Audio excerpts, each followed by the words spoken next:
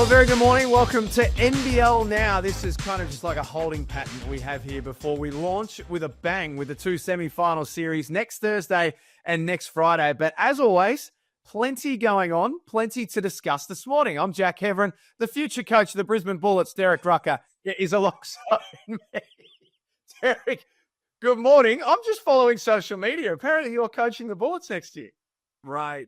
Well, Brad Rosen obviously has gotten this whole thing started with some astute comments. I'm not knocking Brad. I thought he was very wise in the points that he put forth, and my name was tossed in there.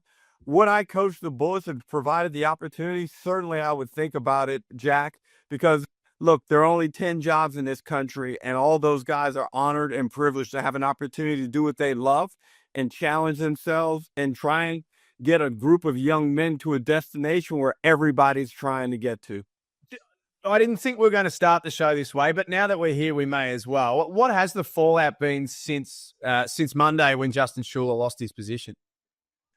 Well, it's tough. I mean, I was able to cover Justin for 2 years in my role as sideline here in Brisbane. And, it's a person who I enjoyed talking the game with, and it just didn't really happen for them. Some of it was bad luck.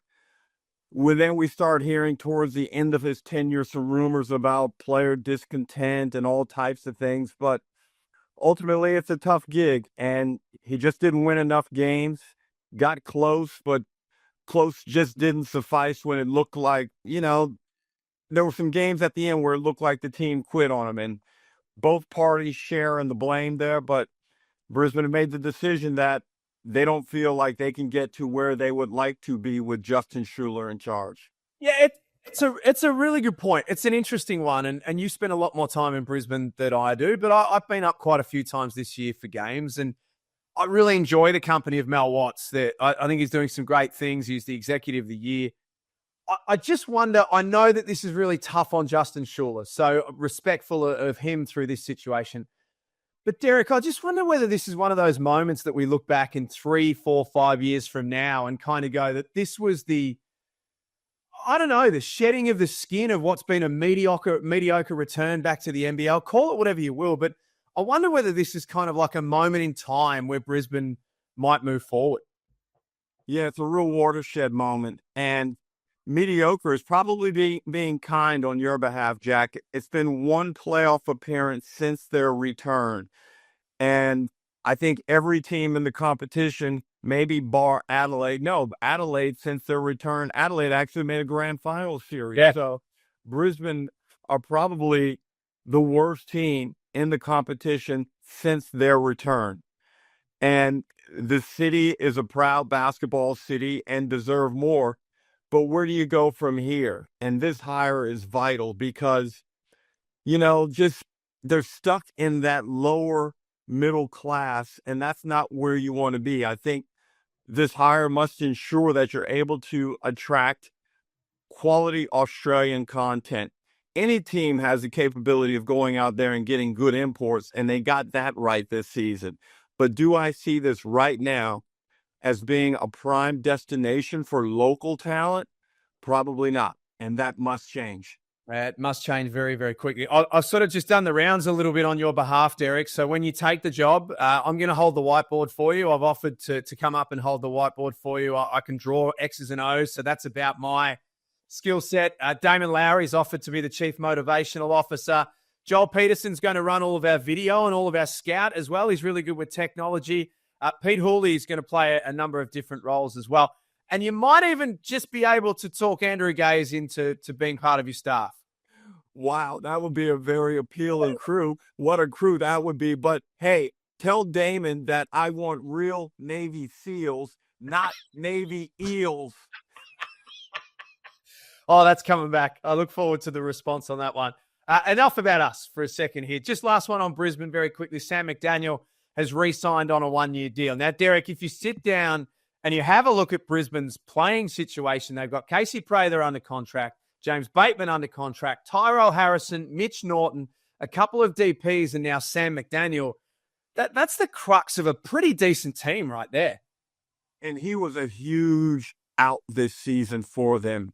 one of the best perimeter on-ball defenders in the competition, a guy who's developing his offensive game at a nice level as well. So we can't forget that in the final wash of NBL 25, Brisbane were without one of their key local players for pretty much the whole season. But great signing by Brisbane. They understand Sam's value.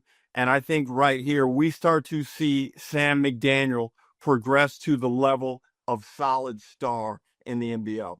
So I just worked my way through a little bowl of muesli this morning and just catching up on all of the news from around the basketball world. And I read News Corp's article that had a couple of interesting things. One we'll get back to a little bit later on, but the lead item of Cross Court on News Corp was that Patty Mills, who's the voice of the NBL's finals campaign, is there a world or a situation where he has one last dance in terms of playing basketball and he does it in the NBL? Jack, that last dance would be a really expensive one for some NBL club. But we've seen things come to fruition that we didn't believe were possible. Now, would Patty be a great pickup for a club? For various reasons? 100% he would. But, there gets to a point also, though, where your skills start to deteriorate somewhat, and maybe Patty would come in and just play a really good role. I don't know what his future is in the NBA. That remains to be seen in this upcoming off season. But, there are a few teams that I could see him having a real impact with. I don't really want to say where, but there are a number of locations where he could go to that would significantly change the commercial and the marketing aspect of your program. Joe Ingles is the other one too to keep an eye on, I think. Yeah, and Joe, I would think, would be a great addition in a non-playing capacity. So you put him in your front office, you help him learn the front office trade, and he helps you in terms of his contacts and opening up his vast network to you. Mm-hmm. Similar to like Andrew Bogut and Luke Longley have done for City. It just brings this premium air of contacts and networks, and it's a guy that brings instant credibility and respect to your program. So from one end of a playing career with Patty Mills and Joe Ingles to another, Ben Henshall, the Perth Wildcats, spoke to Channel 10 in Perth yesterday, said that he's better than a lot of players in the draft right now. He believes that he's a lottery pick for the NBA 25 draft. Jack, when you sent me the short rundown, I didn't really have time to read it. This was one of the most... I'm glad I went to the effort then to send that to you. Yeah. The heroes reading all the news, prepping this show, and you just roll in. This was one of the most exciting points on this, right? I love this type of story. And I love the fact that Henshall has so much confidence in himself. He's sticking his flag in the ground with a big H on it. Henshall, I'm the man. I'm a lottery pick. He feels like he's better than a lot of those college prospects. And I'm not here to say that he's wrong, because I see him do some really good stuff on the basketball court. And his rationale, Jack, it's hard to argue against it. He's playing against grown-ass men who are really good basketball players for a top-level team in a high-pressure situation. So when I look at Ben Henshall, I'm thinking, you know what? I think you converted me to believing in you more than I already did.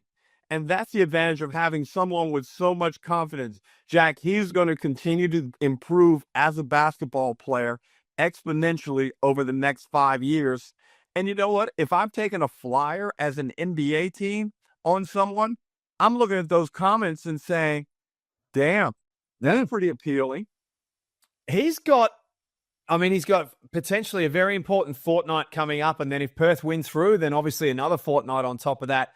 Plus, he'll get the opportunity, Derek, to work out with teams before the NBA draft. Like the next, not disputing what Ben Henshall's done in the 2 years prior, but it feels like the next sort of 2 months of Ben Henshall's basketball life could be crucial. Without a doubt. And I think he will play a prominent role with the Wildcats. And I think some guys make comments like this, and it actually triggers a better performance, a better level of motivation from within. Also, coming into this season, I know there were several NBA teams who had a really close eye on Ben Henshall, not only in the preseason at the Blitz, but throughout the course of this season. And in fact, a lot of those teams were higher on Ben than I was on Ben. But as the season has gone on, I've really understood where they're coming from now. And when you look at his season in total, it was really, really good. What would this week look like for Illawarra and for Melbourne, who have had to sit back and let the play-in series happen and let the three teams go to war with each other? They haven't played a lot. And by the time they hit their respective semi-final game ones next Thursday and Friday, it'll have been nearly 3 weeks since they played. So what would the coaches have done this week to kind of keep them battle-hardened? Well, we've got opposite ends of the spectrum in terms of experience with Dean Vickerman and Justin Tatum. I don't think any of this would faze Dean. And he knows how to get his team ready. And I think Justin is the one where there'll probably be a bit of like, okay, does he know what to do here? I'm sure he's super excited to get his team going again. And I think the key for Illawarra is just to be patient, try and keep that fire burning, but not raging. You just want to keep it at a nice level. Whereas I think Melbourne United are going to be very professional. Dean's probably implemented a program that he has for several seasons, just with some slight tweaks to it to suit this playing group. But me personally, as a player, Jack, I'd be losing my mind right now. I need to play some games, get me out on the court. I can't be practicing all the time. I can't be doing stupid substitute training. I don't want to be kayaking. I want to be hooping. When have you been kayaking? I've been kayaking down in Kogarah, Jack. That just sounds stupid, even just thinking about it. Well, for a couple of Perth Wildcats guys, Elijah Pepper and David Aquera, and then some other NBL guys, they'll get an opportunity to play tonight. The Boomers are playing in Gippsland. Now, they are very much games that are taken care of by way of result. It's not our strongest Boomers team, obviously. We've qualified for the next FIBA event. But for Elijah Pepper and David Aquera, it's just a chance to do exactly what you're talking about and just get out there and play. And it's a boost. You put on the green and gold, and you're going to feel a lot better about yourself. And I think this really boosts the Perth Wildcats. These two guys, while they're not high rotation players, they do feature. And Aquera and Pepper, I believe, have been very underrated. Pepper had a streak earlier in the year where he was hot. Then he kind of tailed off.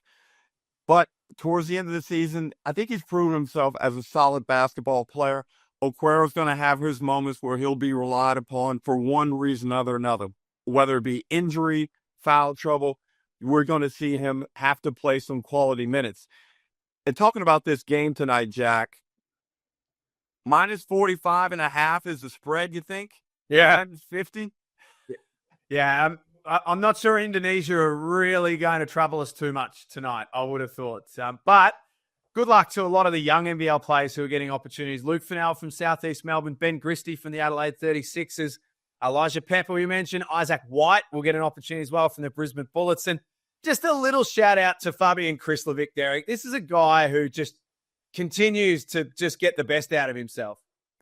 So when you look out of the superstar realm and all the guys that get all the shine all the time, if I'm looking at picking the top 5 guys to fill a role, to make my culture better, to do all the stuff that's required to win, I'm thinking Krislovic is number 2 or number 3 on my list. And I just admire the way he plays the basketball game. And as you said, this is a really good reward for him. He gets to go out there and put on the green and gold and flex a little bit. And he will have a good game because rarely does he not play a good game. Lastly, I mentioned News Corp's article this morning, Cross Court with Mick Randall and Matt Logue. We spoke about Paddy Mills. Another really interesting part of that article, I thought, was around the second Sydney team. So there can't be one in the Harbour City until 2026. That was the original deal when the Kings returned. But Derek, you spend almost as much time in Sydney as you do in Brisbane over the course of an NBL season. How do you think a second Sydney team would go? Well, Jack, you're asking someone who was the first signing of the West Sydney Razorbacks in 1998 when we came in as the second team.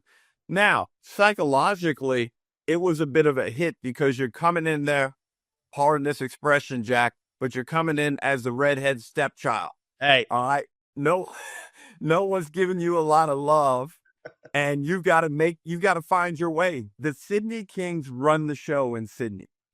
There are a number of logistical things to get through. Where are you going to play your games? Are you going to share Kudos Bank Arena with the Kings? Do you think you're going to draw enough of a crowd to play at ICC in the city? Or is there another venue? Can you go to Key Center at Homebush, a.k.a. the old State Sports Center where the Razorbacks used to play?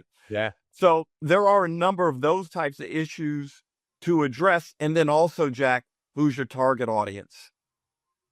The Kings, like I said, they're the big dogs, and you've got to find a pool from which to draw your fan base. It's exciting. I think it's been proven over the years that a second Sydney team can exist. It's a great rivalry when it was popping, but there's some work to be done to make it viable. No doubt.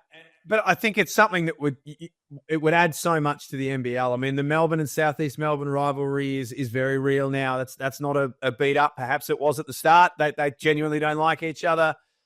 You could see this really taking shape now. And the other thing, Jack, is we have a lot of talent. And with the Next Stars program, with the 3 imports now, there's been a slight squeeze on the Australian talent.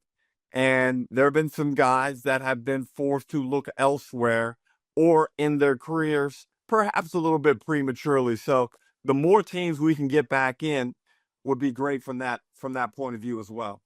So no games this weekend, but just to fill your boots during this little FIBA break, the Boomers playing tonight. But tomorrow, keep your eyes on nbl.com.au because Derek Rucker and I have just been chipping away at a little something in the background, a little something known as Derek Rucker's Top 15. We're going to launch this over 2 episodes tomorrow. Players 15 through 6. We've been in the studio. Our team behind the scenes have made it really pop. It looks fantastic. You need to prepare yourself for what's coming next. I do, and I'm really excited about this list, Jack. I think this is the best compilation I've put forth. I think it's probably the most talented top 15, which is great, but it also makes it tougher on me to put the list in the right order and an order that I feel is fair and just and accurately represents what's going on in the NBL. So I hope everyone enjoys it. Jack, you're a terrific host, and the people behind the scenes that put it all together, fascinating work. It is coming up tomorrow. Keep your eyes on nbl.com.au and, of course, all of the NBL social media channels to stay up to date with that and all the latest news. Derek, you have yourself a great weekend with no hoops. I'm not sure what we're going to do, but we'll talk about it next week. We'll come up with something. See you then. Thanks for joining us on NBL Now.